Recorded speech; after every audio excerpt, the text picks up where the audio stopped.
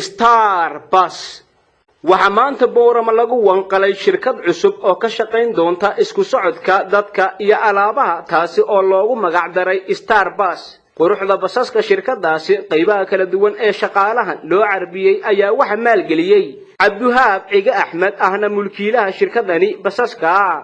basaskani ayaa ah noocii ugu dambeeyay kuna cusub dalka ayna leeyihiin muwaadiniin ka soo jeeda awdal ayaa shaqo abuur u noqday dhalinyaro badan oo ku dhaqan magaalada Boorama munaasabada xadhiga laga jarayay shirkadani ayaa ka dhacday hotelka Rays waxaana ka soo qayb galay salaadiinta dhaqanka waxgaradka maamulka heer gobol heer degmo musharaxa madaxweyne ku xigeen ee xisbiga wadani iyo mas'uuliyiin maamus ku dhaxlay gobolka awdal ugu horeyntiiba waxa hadalka qaatay isla mar ahaantaasina madashaasi ka hadlay mulkiilaha shirkadda Star Bus Cabduhaab Ciga Axmed wuxuuna sheegay 16 bishii 7 2017 oo aan albaabada u furayno shirkadda isku socodka iyo alaabaha ee Star Bus marka hore waxaan Ilaahay ugu mahadnaqayaa subxaanahu wa ta'ala inaan shirkadda sameeyno waxa ku hoos lifaaqan shaqo abuur runtii waxa maanta ka hawlgalaya dad ama rag iyo dumarba leh oo runtii shalay aan shaqahayn laakiin maanta shaqahaya oo dadka shaqada haya ee reer Soomaaliland kamida aad iyo aad waxaan Ilaahay ugu mahadnaqayaa subxaanahu wa ta'ala inuu waafajiyay inaan hawshaas qabanno wax badan oo kalena way soo kordhin doontaa dhanka kale waxa hadalka iska daba qaatay madaxa shaqaalaha shirkadda Star Bus musharaxa madaxweyne ku xigeen ee xisbiga wadani maayirka magaalada Boorama salaadiinta dhaqanka kuwaas oo dhamaantood hambalyeeyay mulkiilaha shirkadani Star Bus Cabduhaab Ciga Axmed iyaga oo ka dhawaajiyay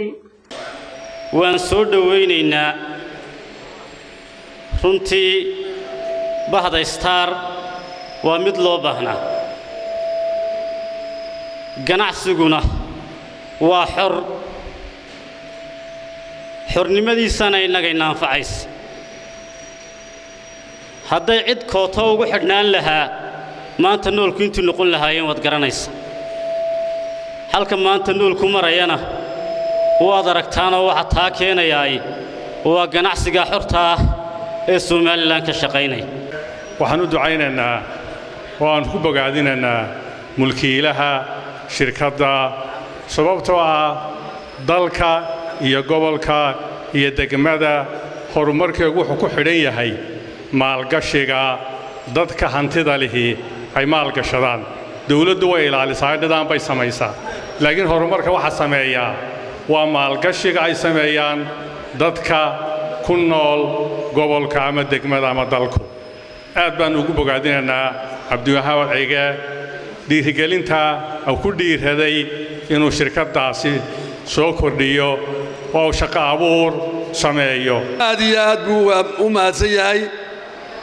shirkadda la yiraahdo Star Bus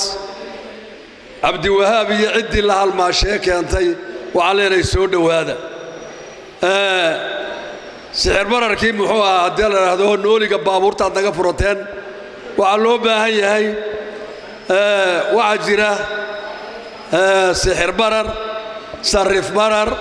waxyaalo badan oo wada bararay baa jira waxa leenahay ninkii waxa bararay barka ridaayba waa bahdayadaan leenahay waxaan aad iyo aad ugu amaanayaa Sheekh Cabduhaab lacagtiisa uu soo saaray shaqo abuurka iyo xarakaadka uu ku sameeyay baan aad ugu amaanaya waxaan aad ugu boorinayaa inta guntan in la isku tago shirkad la samaysto in sida wax loo abuuro ayaan inta guntanna aad ugu boorinayaa waxa weeyaan shirkadda Star Bus ee isku socodka dadka iyo alaabooyinka waxaan anigoo ku hadlaya magaca maamulaha guud waxaan idin ballan qaadayaa inay shaqaalaha shirkaddu ku shaqayn doonaan raali gelintiina idinka iyo alaabooyinkiinaba runtii waxaan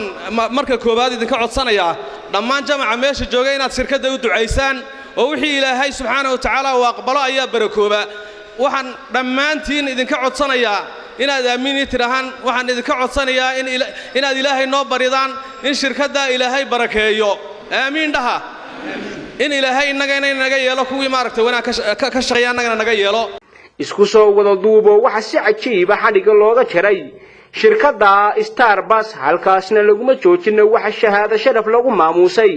mulkiilaha shirkadda Star Bus oo shacabka Soomaaliland iyo reer awdalba ku soo kordhiyay basas noocooda kuwii ugu horeeyay ahna kuwa aad u raaxo badan iyadoona basaskan ay u kala bixi doonaan kana shaqayn doonaan magaalooyinka Boorama Hargeysa Wajaale xilliyo kala duwan u adeegi doona guud ahaanba bulshada Soomaaliland